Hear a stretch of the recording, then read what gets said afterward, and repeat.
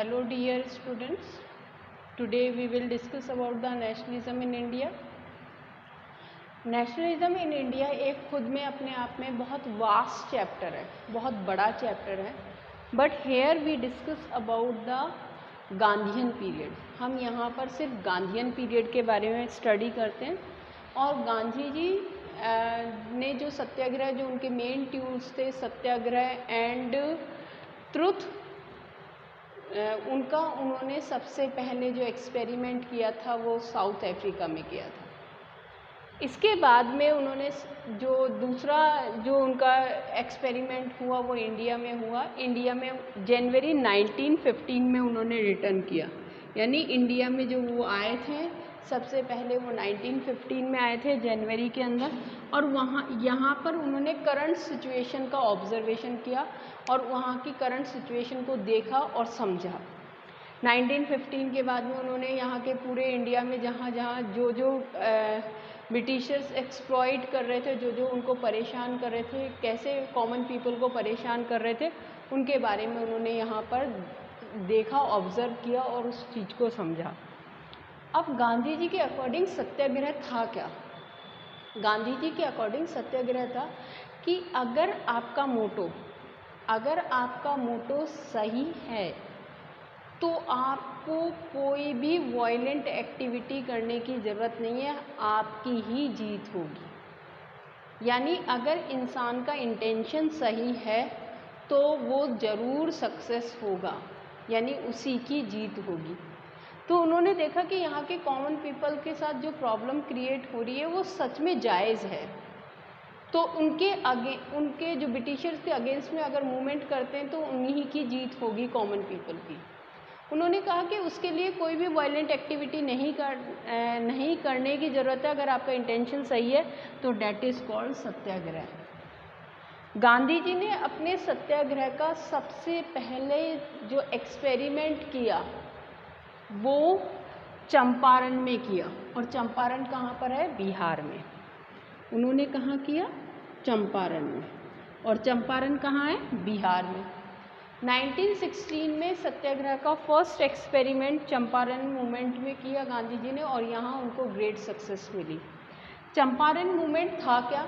Champaran movement था कि वहाँ पर के पीसेंट्स पे फोर्सली इंडिगो कल्टीवेशन करवाया जाता था, और इंडिगो कल्टीवेशन से वहाँ की जो फर्टिलिटी थी वो ख़राब हो जाती थी. तो इसीलिए जो गांधी जी ने कहा कि ये तो गलत बात है कि किसान अपनी मर्जी का भी ग्रो नहीं कर सकता अपनी लैंड के अंदर, तो ये तो रॉन्ग है. इसीलिए उन्होंने चंपारण मूवमेंट किया और इसमें फर्स्ट उनको सक्सेस मिली. वहाँ जो ब्रिटिशर्स थे उन्होंने जो उन पर फोर्स करते थे उसमें लीनियंट हुए, और उन्होंने फार्मर्स को ये डिसीजन देने का राइट दिया कि वो कोई भी क्रॉप कल्टिवेशन कर सकते हैं.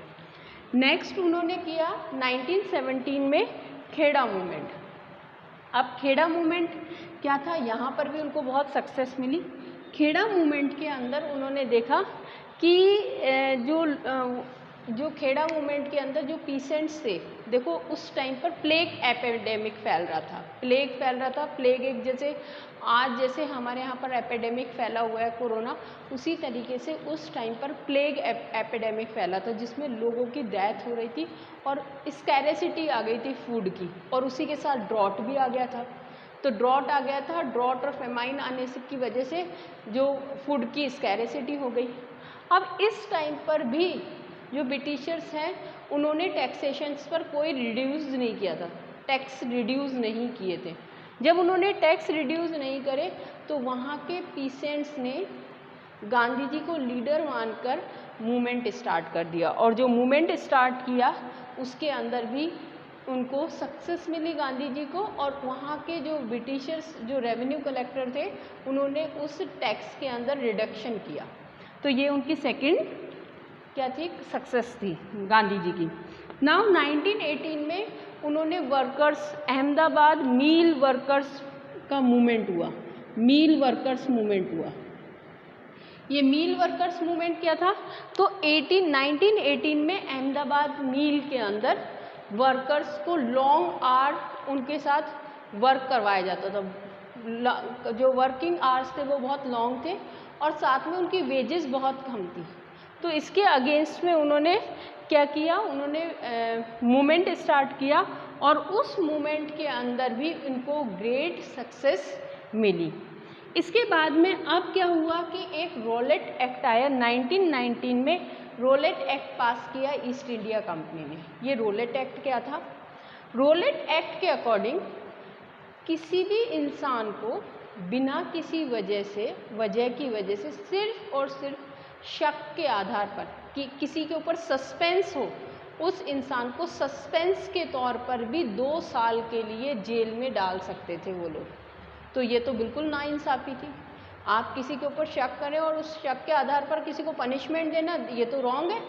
अगर वो प्रूफ होता है तब हम पनिशमेंट देते हैं तो वो सही है। तो इसी के बिहाफ पर रॉलेट एक्ट निकाला गया।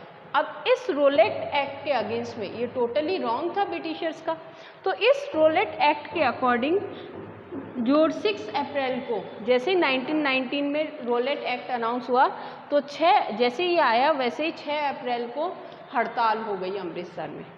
जब हड़ताल हुई अगेंस्ट रॉलेट एक्ट, हड़ताल हो गई तो देखा कि यहाँ की सिचुएशंस पीसफुल मैनर में नहीं है, तो वहाँ पर जनरल डायर को राइट दे दिया और वहाँ मार्शल लॉ इम्प्लीमेंट कर दिया कि जो कमांडर है उसको राइट दे दिया कि वो बिना किसी हायर अथॉरिटी के ऑर्डर के बिना वहाँ फायरिंग कर सकता है और उस कंडीशन और उस सिचुएशन को अपने अकॉर्डिंग हैंडल कर सकता है। ये था मार्शल लॉ। मार्शल लॉ में होता है कि जो कमांडर है उसको पूरे राइट दे दिए जाते हैं कि जिस हिसाब की कंडीशन हो उस कंडीशन के अकॉर्डिंग वो अपने डिसीजंस, अपने जो ऑर्डर है वो खुद ले सकता है, अपने हिसाब से ऑर्डर दे सकता है। अब मार्शल लॉ इम्प्लीमेंट हो गया। अमृतसर में मार्शल लॉ इम्प्लीमेंट होने की खबर सिर्फ शहर के लोगों को पता थी। उस टाइम के जो गांव के लोग थे उनको ये चीज़ों की खबर नहीं थी। अब क्या होता है कि जलियांवाला बाग के अंदर बैसाखी का फेयर लगता है 13 अप्रैल को। जलियांवाला बाग के अंदर हर साल बैसाखी का मेला लगता था। तो वहाँ पर जो वहाँ के आसपास के लोग थे, जो गांव के लोग थे, वो उस मेले में आते थे। उनको ये पता नहीं था कि अमृतसर में क्या लगा हुआ है, मार्शल लॉ लगा हुआ है। तो वो लोग सब लोग इकट्ठे हो गए बैसाखी का मेला देखने। उसी मेले के अंदर एक मीटिंग थी लीडर्स की। अब मार्शल लॉ को लेकर और जो उनके लीडर्स को अरेस्ट कर लिया था उसके अगेंस्ट में वहाँ पर मीटिंग रखी गई थी। इस बात का पता जनरल डायर को पता चल गया कि वहाँ मीटिंग है, एक सीक्रेट मीटिंग है और फेयर लग रहा है। उन्होंने बिना किसी ऑर्डर के, बिना किसी वार्निंग के, उनके जो जितने भी उनके अंडर में सोल्जर्स थे उनको फायरिंग का ऑर्डर दे दिया और वहाँ पर करीबन 1000 लोगों की डेथ हो गई, more than 1000। This incident is called Jallianwala Bagh incident और मैसकर। ये हुआ 13 अप्रैल को। जैसे ये हुआ तो पूरे जितने भी कॉमन पीपल थे सब रोड पर उतर आए ब्रिटिशर्स गवर्नमेंट के अगेंस्ट में।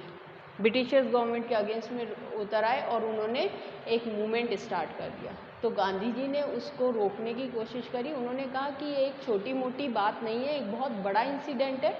हम इसको एक वाइड स्प्रेड या कंट्री के एक बहुत बड़े पूरे कंट्री लेवल पर हम इस मूवमेंट को करेंगे। तो इसीलिए इसको यहाँ रोकने की कोशिश करी, बट इसके अंदर मुस्लिम्स हमारे साथ होना ज़रूरी है। तो उन्होंने कहा कि ऐसा कौन सा मुस्लिम इशू लिया जाए कि जिससे मुस्लिम्स भी हमारे साथ आ जाए।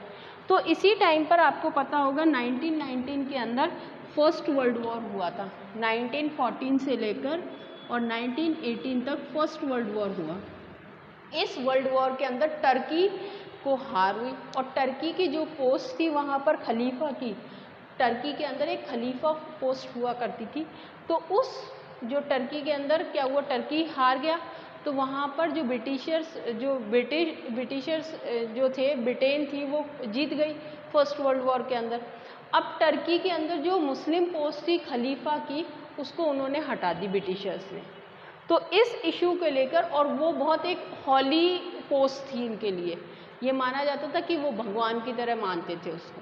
तो इस चीज़ को लेकर वो बहुत नाराज़ हो गए, ब्रिटिशर्स के अगेंस्ट में हो गए मुस्लिम। और इसी चीज़ को, इसी इशू को लेकर उन्होंने कहा कि जो मुस्लिम्स हैं वो इस इशू को लेंगे, खलीफा मूवमेंट को, और हम लोग लेंगे इस जलियांवाला बाग और रोलेट एक्ट के अगेंस्ट में। तो इन दोनों को लेकर हम एक साथ मूवमेंट चलाएंगे। अब ये मूवमेंट के लिए उन्होंने कहा कि इस मूवमेंट के लिए राइट प्लेस और राइट टाइम होना जरूरी है, सबका एक वाइड स्प्रेड चलेगा। तो 1920 के अंदर नागपुर सेशन में उन्होंने इस चीज़ को मान लिया, इस चीज़ के लिए एग्री हो गए। और जनवरी में, ये दिसंबर में हुआ था, और जनवरी के अंदर जनवरी 1921 में Rowlatt act non cooperation movement and Khilafat movement start हो गया। 1920 में क्या किया, नागपुर सेशन हुआ, नागपुर कांग्रेस सेशन, और उन्होंने ये डिसीजन लिया कि इसी के बाद में हम क्या करेंगे, हम स्टार्ट करेंगे नॉन कॉपरेशन मूवमेंट। अच्छा, अब गांधी जी की एक फेमस बुक है जो बहुत बार कंपटीशन में आती है। 1909 के अंदर उन्होंने एक बुक राइट करी थी, हिंद स्वराज।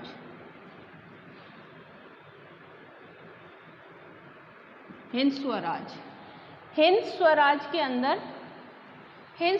के अंदर उन्होंने ये राइट किया कि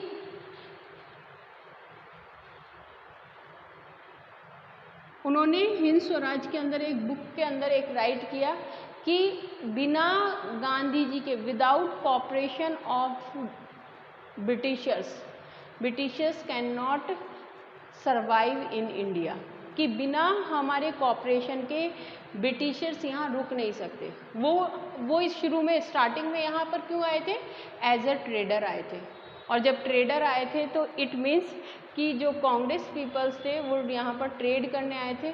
तो ट्रेड करने के लिए ही, अगर हम उनसे सामान नहीं खरीदेंगे, अगर हम उनसे ट्रेडिंग नहीं करेंगे तो वो लोग यहाँ से चले जाएंगे, यानी कि अगर हम उन्हें कॉपरेट नहीं करेंगे तो वो लोग यहाँ से चले जाएंगे। तो उन्होंने जो नॉन कॉपरेशन मूवमेंट चलाया वो स्पेशली इसीलिए चलाया कि हम ब्रिटिशर्स को कॉपरेट नहीं करेंगे। अब क्या होता है कि 1921 में नॉन कॉपरेशन मूवमेंट स्टार्ट हो जाता है जनवरी के अंदर। जनवरी 1921 के अंदर नॉन कॉपरेशन मूवमेंट स्टार्ट हो गया।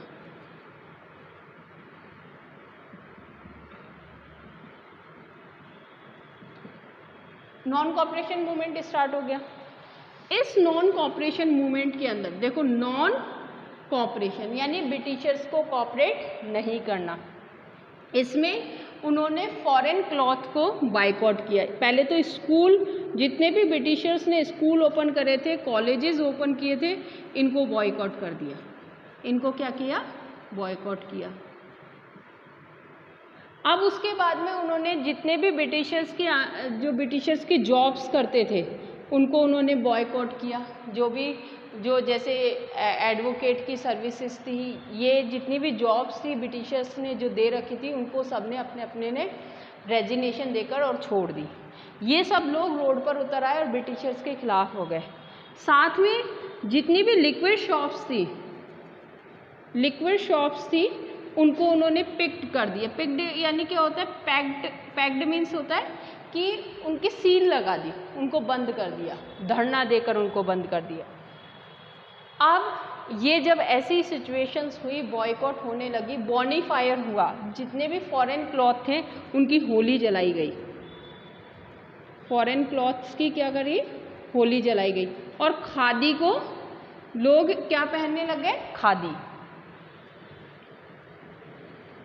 लोगों ने खादी को मोटिवेट किया कि खुद ने, हम इंडियन लोग हैं, हमें कपड़ा बनाना आता है, हम हमारा कपड़ा खुद पहनेंगे, हम फॉरेन क्लॉथ नहीं पहनेंगे। तो फॉरेन क्लॉथ के उन्होंने बॉनीफायर किया, ठीक है, उनकी होली जलाई गई। और खादी को, उनको इस टाइम पर खादी को बढ़ावा मिला, यानी हमारे जो डोमेस्टिक इंडस्ट्री जो ख़त्म हो चुकी थी उनको वापस से एक पुल अप मिला, तो खादी को मिल गया। साथ में लिक्विड शॉप्स बंद हो गई, जॉब्स, स्कूल और जो जितने भी स्कूल्स थे और कॉलेजेस थे उनको बाइकआउट किया गया, जॉब्स को बाइकआउट किया गया। हाँ, गांधी जी को इस टाइम पर केसर ए हिंद की उपाधि दी गई थी, टाइटल दिया गया था। तो गांधी जी ने अपना टाइटल भी क्या कर दिया गया, टाइटल को हटा दिया गया, टाइटल को भी हटा दिया। अब गांधी जी ने टाइटल हटा दिया, लिक्विड शॉप्स बंद हो गई। अब रविन्द्रनाथ टैगोर को भी इसी टाइम के ड्यूरिंग इसी टाइम क्या दिया गया था, वो दिया गया था गांधी जी को भी नाइटहुड का रविन्द्रनाथ टैगोर को एक टाइटल दिया गया था, उसको भी उन लोगों ने हटा दिया। उन्होंने वापस लौटा दिया ब्रिटिशर्स को। जो टाइटल दिए थे ब्रिटिशर्स ने उनको, गांधी जी को और रविन्द्रनाथ टैगोर को, उन्होंने उनको वापस रिटर्न कर दिए। ये हो गया। अब इसके बाद में क्या होता है कि इसका effect, non cooperation effect country side भी जाता है। अब इनको देखकर कंट्री के साइड में, यानी कंट्री साइड भी मूवमेंट स्टार्ट हो जाते हैं। तो जो मूवमेंट स्टार्ट हुआ, जैसे कहाँ हुआ, अवध में। अवध के जो पीपल्स थे, अवध के जो किसान थे, वहाँ के जो जमींदार पीपल थे, वो लोग उनसे ज़बरदस्ती बेगार करवाते थे। क्या करवाते थे, बेगार। बेगार होता है, बेगार मतलब the work without salary, salary और वेजिस। जो काम बिना सैलरी और वेजिस के करवाया जाता है उसको बेगार बोला जाता है। तो वहाँ पर लोग, जो जमींदार थे, वो धोबियों से, नाई से, बाल कटवाने वाले से और फार्मर से बेगार करवाते थे। विदाउट मनी उनसे काम करवाया जाता था। वहाँ के जो किसान लोग थे वो बहुत परेशान थे। अब उन्होंने जवाहरलाल नेहरू के साथ मिलकर, उन्होंने उनके अगेंस्ट में हो गए जमींदार के, और वहाँ पर आए जवाहरलाल नेहरू, वहाँ का ऑब्जर्वेशन किया, और ऑब्जर्वेशन कर कर जो यहाँ का लीडर था अवध का लीडर था बाबा रामचंद्रा। बाबा रामचंद्रा जो यहाँ के लीडर थे, उन्होंने जवाहरलाल नेहरू के साथ मिलकर एक सोसाइटी बनाई, एक ऑर्गेनाइजेशन बनाया, औध किसान सभा, अवध किसान सभा। और उन्होंने ये इसी के अंडर में नाई, धोबी बंद करा, बेगार बंद कर दी, टोटली अबॉलिश कर दी कि जो भी हम फ्री सर्विसेज देते हैं वो हम जमींदार्स को नहीं देंगे। एट लास्ट बाबा रामचंद्रा की इसमें जीत हुई और उनको उनकी जगह वेजेस मिलना शुरू हो गई। इसी तरीके से एक गुरिल्ला मूवमेंट भी चला। गुरिल्ला मूवमेंट आंध्र प्रदेश में गुरिल्ला हिल्स है, वहाँ पर चला, बाबा बुडान हिल्स है जहाँ पर गुरिल्ला मूवमेंट चला। और गुरिल्ला मूवमेंट का जो लीडरशिप करी वो करी अलोरी सीताराम ने। अलोरी सीताराम को भी सक्सेस मिली एट लास्ट। और एक जो इसी को देखकर कि non cooperation movement tea plantation में भी चला। टी प्लांटेशन के अंदर क्या होता है कि टी प्लांटेशन में इनलैंड इमिग्रेशन एक्ट बनाया गया था, इनके थ्रू, ब्रिटिशर्स के थ्रू इनलैंड इमाइग्रेशन एक्ट बनाया गया था, इमाइग्रेशन एक्ट। इस एक्ट के थ्रू क्या होता था, इस एक्ट के थ्रू होता था कि कोई भी किसान, कोई भी प्लांटर, जो वर्कर्स होते थे, जो प्लांट की जो पत्तियां तोड़ते थे, टी प्लांटेशन में जो भी काम करता था, वो विदाउट परमिशन के अपने घर नहीं जा सकता था। इमाइग्रेशन की उन्हें पहले से परमिशन लेनी होती थी और उनको घर जाने के लिए बहुत स्ट्रिक्ट रूल रेगुलेशंस थे। जैसे उन्हें पता चला तो उन्होंने इसको तोड़ा और जितने भी वर्कर्स थे वो सब अपने घर की तरफ भाग गए। तो उन्होंने ये देखा, एट लास्ट इन पर भी काबू पा लिया गया। तो ये देखा गया कि जो नॉन कॉर्पोरेशन मूवमेंट है उसका इफेक्ट कंट्री साइड भी पड़ा। बट ये बहुत एक ज़ोर शोर से चल रहा था और ऐसे लग रहा था कि सच में हमें इंडिपेंडेंस मिल जाएगी। और इसके अंदर लोगों ने बहुत मतलब दिलो जान से इसमें पार्टिसिपेट किया। बट एट लास्ट क्या होता है कि गांधी जी के इम्पॉर्टेंट ट्यूज थे नॉन वायलेंस और ट्रुथ। बट 1922 के अंदर चोरा चोरी एक प्लेस है यूपी के अंदर, वहाँ पर फार्मर्स ने आवेश में आकर, गुस्से में आकर, वहाँ की पुलिस चौकी के अंदर 22 पुलिसमैन थे उस टाइम पर, उसमें आग लगा दी। इस इंसिडेंट को देखकर गांधी जी को बहुत दुख हुआ कि गांधी जी ने कहा कि हमारे जो इम्पॉर्टेंट टूल है नॉन वायलेंस एंड ट्रुथ, उनको आपने तोड़ा है। इसीलिए गांधी जी ने इसको यहीं स्टॉप कर दिया। इसको स्टॉप कर दिया गांधी जी ने यहाँ पर 1922 के अंदर ये मूवमेंट यहीं स्टॉप हो गया। और यहाँ से ये जो नॉन कॉर्पोरेशन मूवमेंट है उसमें अब कुछ लोग थे जिनमें बहुत जोश था, उन्होंने कहा हम इसको फॉरवर्ड करेंगे। तो इसीलिए जो लोग इसके फेवर में थे, जो लीडर इनके फेवर में थे, उन्होंने कांग्रेस के अंदर ही एक सेपरेट पार्टी बना दी, स्वराज पार्टी। ठीक है, स्वराज पार्टी बना दी। अब इसके बाद में उन्होंने स्वराज पार्टी बनाने के बाद में अब जो 1922 के अंदर लेजिस्लेचर काउंसिल के इलेक्शंस होने थे, तो जो लीडर इसके अंदर जो गांधी जी को फेवर करते थे, उन्होंने कहा कि हम लेजिस्लेचर काउंसिल के अंदर पार्टिसिपेट कर हम हमारी सीट जीतकर हम वहाँ पर हमारी डिमांड्स रखेंगे और वहाँ पर हम क्या लेकर आएंगे, रिफॉर्म्स लेकर आएंगे, चेंजेस लेकर आएंगे, अंदर रहकर ब्रिटिशर्स के साथ काम कर ही भी हम अंदर चेंज लेकर आ सकते हैं। और जो स्वराज पार्टी बनाई वो मोतीलाल नेहरू ने बनाई, मोतीलाल नेहरू और चित्तरंजन दास ने स्वराज पार्टी बनाई, जो कि ये चाहते थे कि मूवमेंट स्टार्ट रहे और कंटिन्यू रहे। अब इसके बाद में 1928 के अंदर 1928 के अंदर साइमन कमीशन आता है। साइमन कमीशन रिपोर्ट प्रिपेयर करने आता है।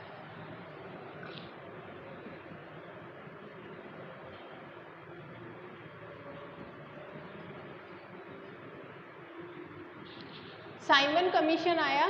साइमन कमीशन में यहाँ पर एक रिपोर्ट प्रिपेयर करनी थी।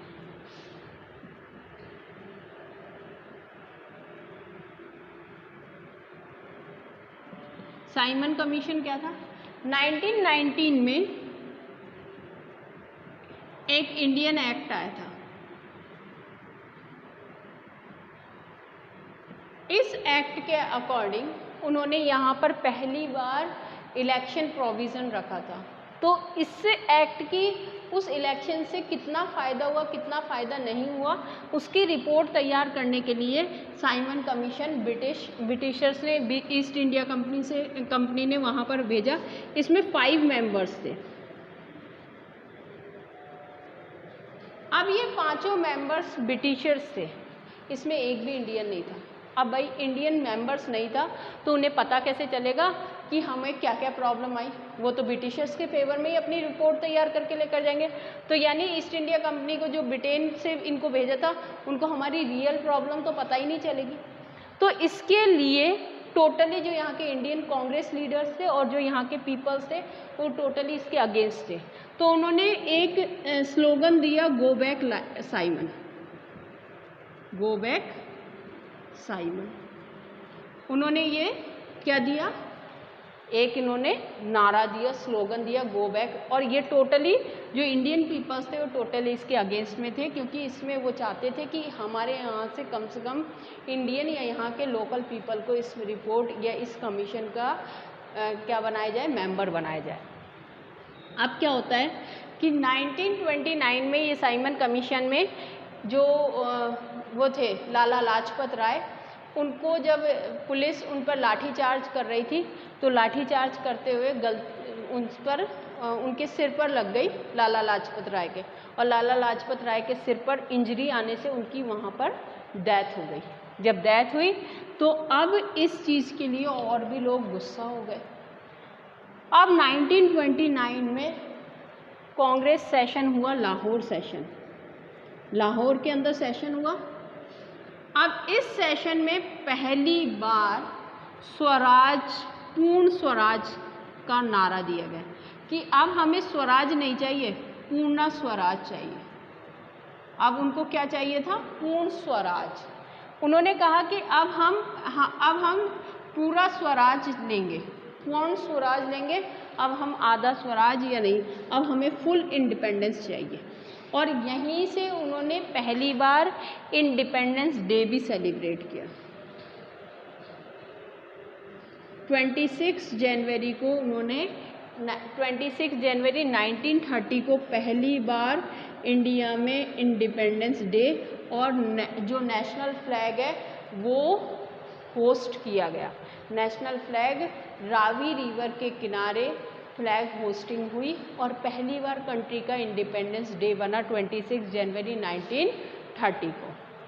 अब उसके बाद में उन्होंने वही डिसीज़न लिया कि अब हम एक दूसरा मूवमेंट स्टार्ट करेंगे और उसके अंदर हम ब्रिटिशर्स के लॉ को डिसओबे करेंगे, और जो इस मूवमेंट का नाम रखा, इसीलिए उसका नाम रखा सिविल डिसओबीडियंस मूवमेंट, और उसको स्टार्ट करेंगे हम डांडी मार्च से। तो ये हम हमारे नेक्स्ट वीडियो में देखेंगे कि उन्होंने किस तरीके से इसको स्टार्टअप किया और सिविल डिसओबीडियंस मूवमेंट कैसे स्टार्ट हुआ और कैसे ग्रो हुआ। ठीक है, thank you, have a nice day.